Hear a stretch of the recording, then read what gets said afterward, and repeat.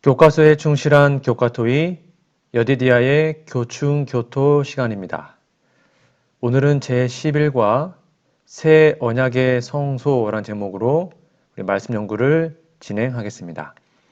연구 범위는 출애굽기 25장 8절, 이사야 53장 4절에서 12절, 히브리서 10장 4절, 히브리서 9장 14절, 히브리서 8장 1절에서 6절, 디모데전서 2장 5절 6절 말씀입니다. 기억절입니다. 이로 말미암아 그는 새 언약의 중보자시니 이는 첫 언약 때에 범한 죄에서 속량하려고 주구사 부르심을 입은 자로 하여금 영원한 기업의 약속을 얻게 하려 하심이라. 히브리서 9장 15절 말씀입니다. 기억절 노래 들으시고 이어서 말씀 연구를 진행하겠습니다. 이기 11과 그는 새 언약의 중보자시니 이는 첫 언약 때의 범한 죄에서 속량하려고 주구사 부르심을 입은 자로 하여금 영원한 기업의 약속을 얻게 하려 하심이라. 히브리서 9장 15절.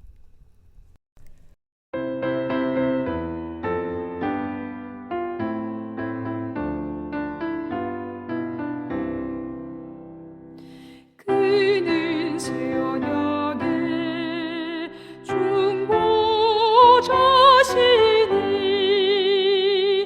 이는 첫 언약 때에 범한 죄에서 속량하려고 주구사 부르심을 입은 자로 하여금 영원한 기업의 약속을 얻게 하려 하심이라. 히브리서 9장 15절.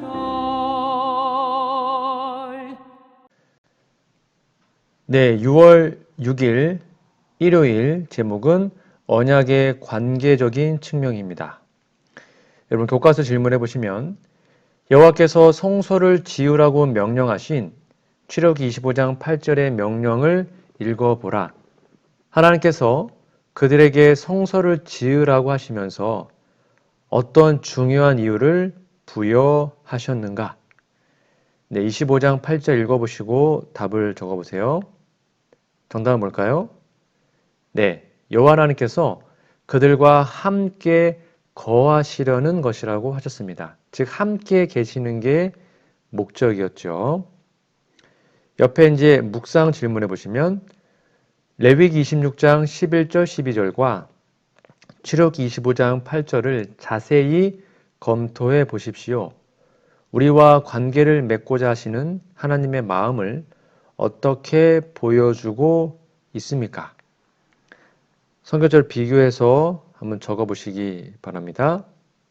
정답은 하나님께서 사람 중에 거하시기를 원하시며 사람들이 하나님의 백성이 되기를 원하시고 여호와께서는 그들의 하나님이 되시기를 원하시는 마음이 잘 기록되어 있습니다.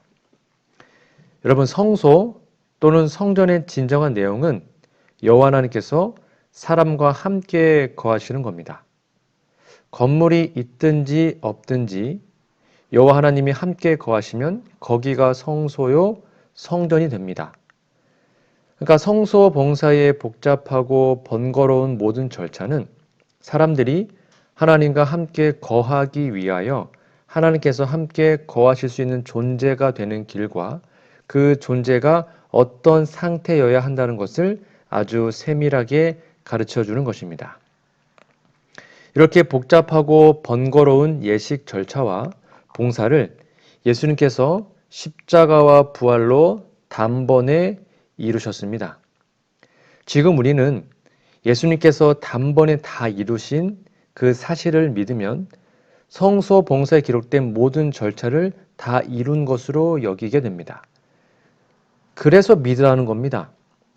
진실하고 정직하게 예수님을 믿으면 그분 안에서 우리는 성소와 그 봉사로 가르치신 모든 제도를 다 수행한 사람으로 받아주시는 거죠. 그렇게 관계가 이루어지면 여호와는 나의 하나님이 되시고 나는 그분의 거룩한 백성이 됩니다. 이 얼마나 쉽고 단순한 믿음의 모습입니까? 우리가 옛 이스라엘이라고 좀 생각해 볼까요? 그 복잡한 절차, 속죄할 때마다 양을 끌고 가가지고 내 손으로 양을 죽이고 그 다음에 그 양 한 마리 얼마나 비싸요? 염소나. 그 돈을 다 자기가 부담하고 죄 지을 때마다 얼마나 어려워요. 그런데 지금은 예수님을 믿기만 하면 그분 안에서 그 모든 것을 다 수행한 것으로 여기시니 얼마나 감사한지 모릅니다.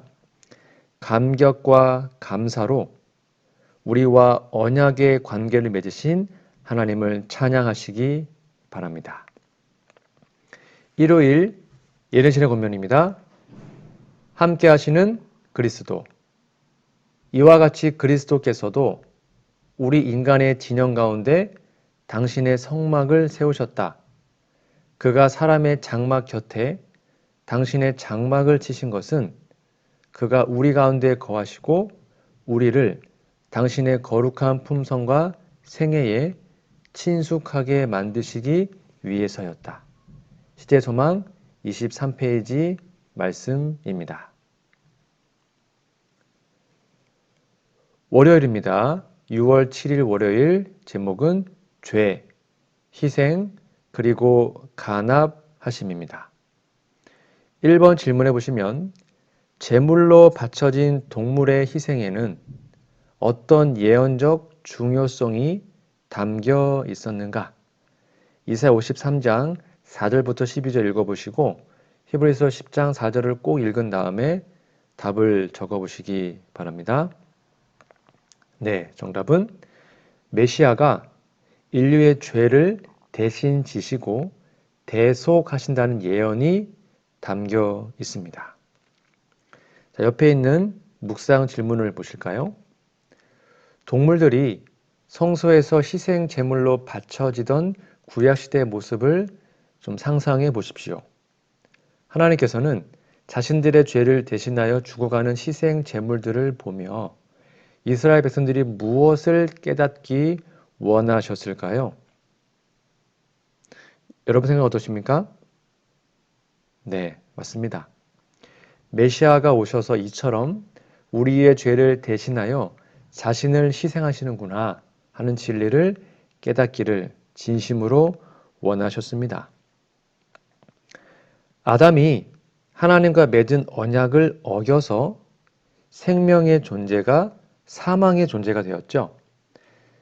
그가 사망이 되었는데 아담은 그의 모든 후손들을 그냥 죽을 존재로 태어나게 만들었습니다. 아담의 씨로 출생하는 사람들은 태어나면서부터 죽어가는 존재입니다. 이 죽음을 사탄의 권세에서 속하였고 아담의 후손들은 존재를 상실하게 되었어요. 이걸 바로 죄라 그러죠.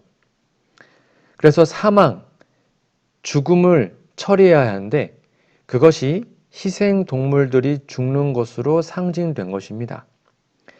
메시아는 아담의 씨가 아니라 여자의 후손으로 오셨죠.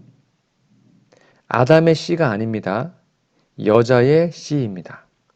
그래서 예수님은 동정녀, 즉 처녀에게서 출생하신 겁니다. 그분이 육신에 가지고 있는 생명의 아담의 생명이 아니고 자신의 하나님의 생명으로 태어난 것입니다. 그래서 요한에서 3장 9절에 보면 하나님께로서 난 자는 하나님의 씨가 그 안에 있다고 말합니다. 예수님은 성령으로 잉태하시고 아담의 씨와 상관없이 탄생하셨습니다. 그래서 그분은 나는 생명이요 라고 분명히 말씀하셨습니다. 그러나 아담과 아담의 씨로 출생한 사람들은 다 나는 사망이다 라고 말하는 존재로 태어날 수밖에 없어요. 그런데 예수님께서 아담과 그의 후손들의 사망을 대신 지시고 십자가에서 죽으셨습니다. 즉 그분은 생명 자체이기 때문에 우리의 죽음을 대속할 자격이 있는 것입니다. 예수님은 십자가에서 죽으심으로 사망을 패하셨습니다. 자신의 영원한 생명으로 값을 지불하신 거죠. 그러므로 그때부터 죄와 사탄과 사망은 그 힘을 잃게 됩니다. 예수님을 믿으면 우리는 사망의 세력에서 생명으로 옮겨집니다. 그래서 생명과 썩지 않는 씨를 우리 마음속에 품게 되고, 그것이 예수님을 믿으면 사망에서 생명으로 옮겨졌다라는 뜻으로 이해하시면 돼요. 그리고 그것이 바로 우리의 죄사함을 받았다라는 것입니다. 그러니까 이제는 생명이 있기 때문에 우리는 생명이 활동하는 그 삶을 살게 됩니다. 자연스럽게. 그게 바로 갈라디아서 2장 20절의 말씀처럼 날마다 십자가에서 죽고 세상에 대하여 죽고, 그리고 오직 성령의 열매가 가득한 삶, 오직 예수님 한 분이면 족하다라고 말하는 삶이 자연스럽게 댕깁니다. 내가 산 것이 아니요 내 안에서 그리스도께서 사신 것이라고 진심으로 말하게 돼요. 이것은 희생 제사가 가르치는 속죄 진리의 핵심입니다. 그러면 여러분, 우리의 죄가 무엇인지, 예수님이 어떠한 희생을 하셨는지, 그리고 우리가 어떻게 간합될 수 있는지를 꼭 기억하시고 예수님을 믿으시기 바랍니다. 월요일 예르신의 권면입니다. 모든 제사 제도는 그리스도를 상징했음. 희생 제도의 전체적인 계획은 세상을 구속하시기 위해 구주께서 죽으실 것을 예표하였다. 여러 세대 동안 가리켜왔던 큰 사건이 완성되는 때에 이 제사들의 효험은 없어지게 될 것이었다. 모든 제사 제도가 그리스도를 상징하는 것이었으므로 그리스도를 떠나서는 아무런 가치가 없었다. 시대소망 165페이지에 있는 말씀입니다. 자, 화요일로 가보겠습니다. 6월 8일 화요일 제목은 대속인데요. 교과서 질문 보실까요? 오늘의 본문 말씀 갈라디아서 1장 4절을 깊이 묵상하고 다음 질문에 답해보라. 예수님께서는 자원하여 죽음을 택하셨는가? 그분은 누구를 위해 죽으셨는가? 그분의 죽음으로 성취된 것은 무엇인가? 한번 읽어보시고 깊이 묵상한 다음에 답을 적어보세요. 정답은 아버지 하나님의 뜻을 따라 택하셨으며 거기에는 자원하는 협력이 있습니다. 우리를 대속하기 위하여 우리 대신 죽으셨습니다. 우리의 죄가 대속되어 사죄를 받았습니다. 즉 구원을 이루신 것입니다. 자, 밑에 질문 보실까요? 마태복음 26장 28절, 에베소서 2장 13절, 히브리서 9장 14절, 베드로전서 1장 19절을 찾아보라. 이 성경절들이 피에 대하여 무엇을 가르쳐 주는가? 구원의 계획에 있어서 피의 역할은 무엇인가? 다 읽어보시고 답을 적어보세요. 네, 정답은 우리의 죄를 용서하시고 신자들이 친밀해지고 하나님을 섬기게 하고 흠과 점이 없이 정결하게 함을 잇는 게 바로 피의 역할입니다. 성경은 생명이 피에 있다고 가르칩니다. 그래서 피가 생명을 속합니다. 레위기 17장 11절에 나옵니다. 아담의 후손들은 아담 안에서 하나님의 생명을 잃어버려서 하나님의 생명이 없는 사망, 죽음, 그것만 가지고 있죠.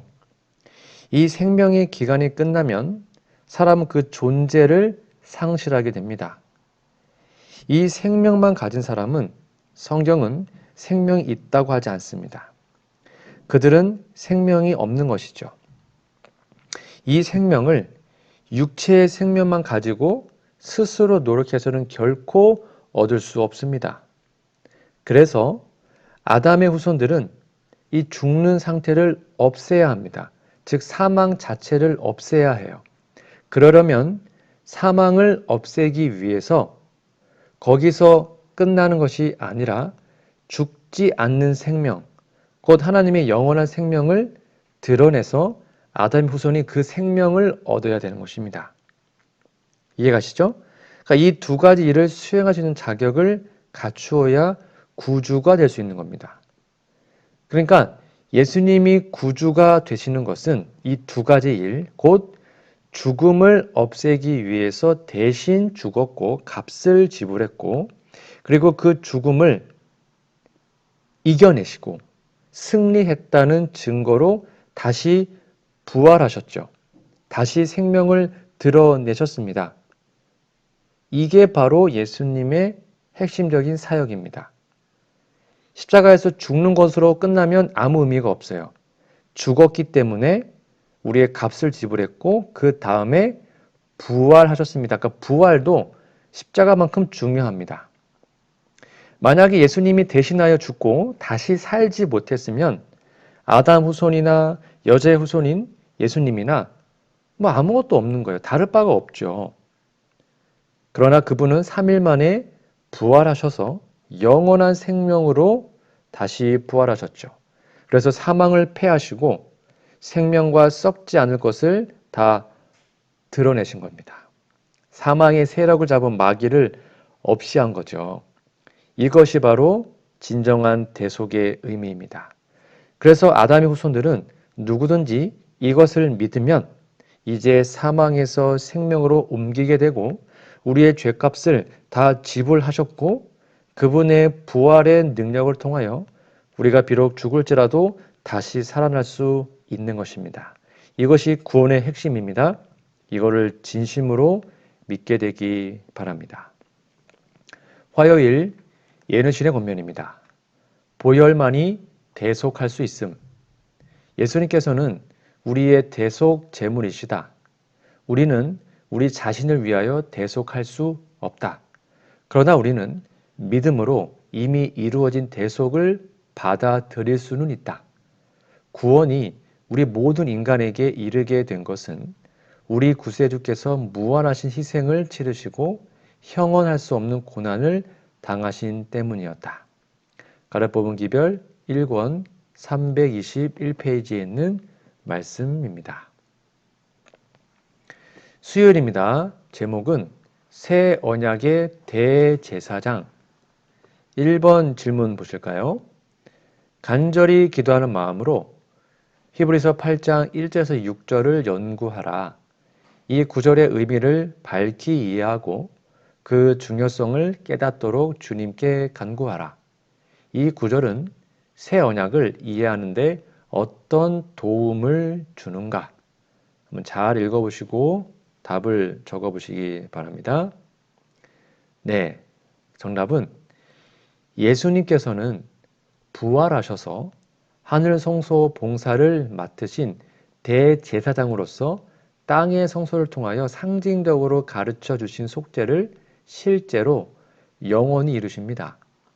주님의 대제사장 봉사가 없으면 십자가에서 흘린 피가 우리에게 효력을 나타낼 수 없습니다. 지상 성소 봉사의 제사장이나 대제사장은 부활하여 하늘 성소에서 봉사하시는 예수님을 상징합니다. 지상 성소 봉사를 하는 모든 제사장은 예수님의 부활하신 후의 직무를 보여주는 상징적인 존재들임을 기억하시기 바랍니다. 옆에 묵상 질문 보실까요? 새 언약의 대제사장이신 예수님께서는 지금 하늘 성소에서 어떤 일을 행하고 계신가요? 어떤 일을 하고 계시죠? 한번 적어보세요. 네, 예수께 나오는 모든 자들에게 주님의 보혈을 뿌리시며 속죄의 중보를 하십니다. 모든 신자는 핏부림을 얻기 위하여 부르심을 받은 자입니다. 물론 이 표현은 상징적인 표현입니다. 곧 하나님 아버지의 미리 하심을 따라 성령이 거룩하게 하심으로 순종함과 예수 그리스도의 피 뿌림을 얻기 위하여 택하심을 받은 자들에게 편지하노니 은혜와 평강이 너희에게 더욱 많을지어다.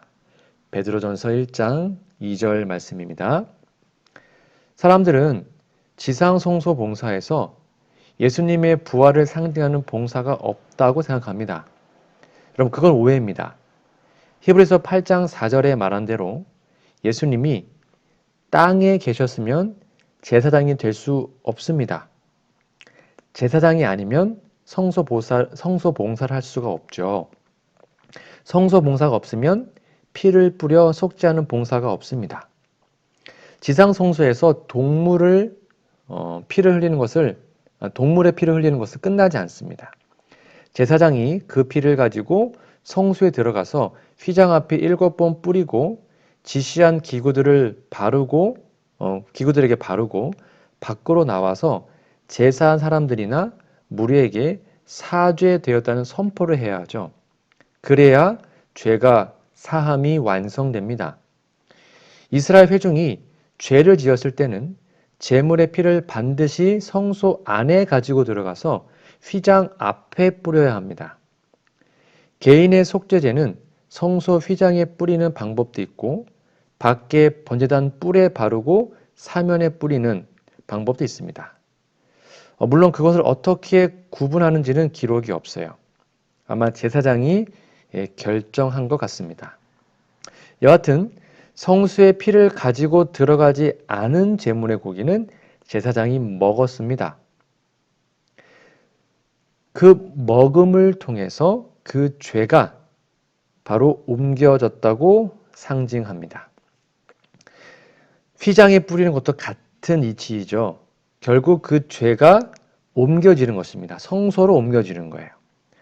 그러므로 대속과 속죄에는 반드시 제사장이 성소에서 봉사하는 일이 필요합니다. 근데 예수님이 땅에 계시면 제사장이 되지 못해요. 그래서 하늘에 가셔서 하늘 성소에서 이 봉사를 하셔야 했습니다. 자기에게 나오는 자들에게 피 뿌리는 봉사를 하셔야 한 것입니다. 그래서 하늘 가기 위해서는 부활하신 거죠. 부활이 필요하시고 승천해야 됐습니다. 예수님이 대제사장이 되신다는 이 예언은 성경에 이렇게 나와 있습니다. 시편 2편 7절에 보면 또한 이와 같이 그리스도께서 대제사장 되심도 스스로 영광을 취하심이 아니요 오늘 말씀하신 이가 그에게 이르시되 너는 내 아들이니 내가 오늘 너를 낳았다 하셨고 또한 이와 같이 다른 데서 말씀하시되 내가 영원히 멜기세덱의 반차를 따르는 제사장이라 하셨다라고 말합니다. 이 말씀들은 지상 성소 봉사를 하는 제사장들은 다 예수님이 부활해서 하늘 성소에서 봉사하시는 제사장 직무를 상징함을 확실하게 알려주고 있습니다. 지금도 예수님은 이 직무를 수행하고 계시죠.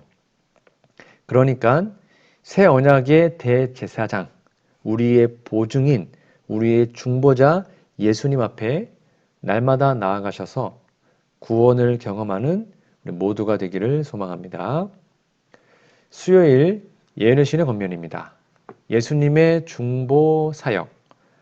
사단은 영혼을 죄짓게 만들고 그 죄로 인해 기뻐한다. 그는 말 그대로 형제들의 참소자이며 하나님의 백성들이 속아서 범하는 모든 죄와 잘못을 인해 기뻐한다. 우리의 중보자는 아버지 아끼소서, 그들을 아끼소서, 나는 그들을 나의 피로 샀습니다 하고 부르짖으신다. 그러면서 상처난 손을 들어 올리신다. 교회 증언 2권 105페이지에 있는 말씀입니다. 마지막 목요일입니다. 제목은 6월 10일 목요일 하늘 봉사인데요. 특별한 질문은 교과서에 없고요. 옆에 있는 묵상 질문만 좀 다뤄보도록 하겠습니다. 디모데전서 2장 5절 6절을 읽어보십시오. 여기에 예수님의 두 가지 역할이 어떻게 나타나 있으며 이 두 가지 역할은 지상 성소의 봉사에서 어떻게 발표되었습니까? 읽어보시고 답을 적어보세요. 정답은 중보와 대속물입니다. 하늘 성소 봉쇄에 관하여는 앞의 설명으로 아마 더 다른 설명이 필요하지 않을 거라 생각합니다. 우리가 예수님 안에서 얻는 믿음으로 말미암은 의의가 무엇인지 우리가 좀 생각해 봐야 합니다. 예수를 믿기만 하면 그냥 예수님이 행하신 모든 의로운 것을 우리가 한 것으로 여겨주신다고 알고 있으면 여러분 성경에 가르치는 믿음을 얻는 하나님의 의에 관한 바른 깨달음이 아닐 수도 있습니다. 무슨 말이냐면 교과 저자는 예수님께서 이루신 완전한 의라고 말을 했습니다. 여러분 실제적으로 그것이 무엇을 뜻할까요? 완전한 의라는 것이 무엇입니까? 성품이 예수님처럼 되는 것일까요? 예수님께서 행하신 의가 무엇이며 그분이 우리를 위해 이루신 완전한 의가 무엇입니까? 성경은 예수님께서는 의의 한 행동만 하셨다고 계시합니다. 로마서 5장 18절에 보면 그런즉 한 범죄로 많은 사람이 정죄에 이른 것 같이 한 의로운 행위로 말미암아 많은 사람이 의롭다 하심을 받아 생명에 이르렀느니라. 그러니까 이 말씀은 범죄도 하나이고 예수님이 하신 의로운 행위도 하나라고 합니다. 여기 많은 사람이라고 번역했는데 원문은 모든 사람입니다. 즉 예수님께서 행하신 한 의로운 행위가 무엇일까요? 그게 바로 완전한 의거든요. 그것이 바로 생명을 드러내신 겁니다. 위의 구절은 그러므로 하나의 범죄를 통하여 모든 사람에게 정죄가 이른 것처럼 또한 하나의 의의 행위를 통하여 모든 사람에게 생명의 칭의가 이르렀다라고 번역해야 된다. 제림께 주석에 그렇게 나와 있습니다. 그러니까 칭의가 아니고 그냥 의입니다. 예수님의 죽으시고 부활하신 것이 한 의로운 행위이고 부활하여 드러내신 생명이 곧 의라는 것입니다. 그러니까 의는 곧 생명입니다. 우리가 예수님을 믿고 사망에서 생명으로 옮기는 것이 예수님으로부터 받은 완전한 의임을 여러분 꼭 기억하시기 바랍니다. 목요일 예언신의 권면입니다. 우리의 중보자 그리스도. 그리스도는 우리의 중보자로서 아버지 앞에서 대제사장으로 봉사하고 계신다. 그분은 요한에게 죄인을 위하여 바로 당신의 피를 흘리고 계시는 죽임을 당한 어린 양으로 나타나셨다. 하나님의 계명이 죄인에게 제시되어 그의 죄악의 깊이를 나타내 줄 그때에 그에게 세상 죄를 지고 가는 하나님의 어린 양이 제시되어야 한다. 증언보감 1권 525페이지 말씀입니다. 오늘은 새 언약의 성소라는 제목으로 말씀 연구를 진행했는데요. 여러분 성경 연구 범위 꼭 성경책 피셔서 읽어보시고 기억절도 열심히 외워주시면 좋겠습니다. 다음 주는 12과 언약의 믿음, 즉 언약에서 믿음이 얼만큼 중요한지에 대해서 살펴보도록 하겠습니다. 함께 기도하겠습니다. 우리들의 하늘 아버지, 저같이 보잘것없는 사람과 친밀한 관계 속에 거하시고자 우리와 늘 함께 하시니 진심으로 감사합니다. 하나님의 그 바람에 그 뜻에 반응할 수 있는 믿음을 주시옵소서. 우리를 위해 십자가에서 피 흘린 예수님을 다시 한번 기억하고 예수님의 보혈의 그 귀한 공로를 헛되이 하지 않기로 결심하며 살아갈 수 있도록 도와주시옵소서. 과연 우리는 누굴 위해서 살고 있는지를 고민하게 하시고 우리에게 은혜의 선물로 주어진 구원은 거저 주어진 것이 아님을 기억하게 하옵소서. 우리를 위한 예수님의 희생이 우리 자신을 변화시키는 원동력이 되게 하여 주시옵소서. 내가 겪는 어려움을 앞서 겪으셨던 예수님께서 우리의 보증인으로, 우리의 중보자로 하나님 앞에 서 계신다는 사실이 큰 위로가 되도록 도와주시고, 그래서 죄의 유혹을 이기셨던 예수님과 같이 말씀의 능력으로 살아가는 우리 모두가 될 수 있도록 축복해 주시옵기를 예수님의 이름으로 간절히 기도합니다. 아멘.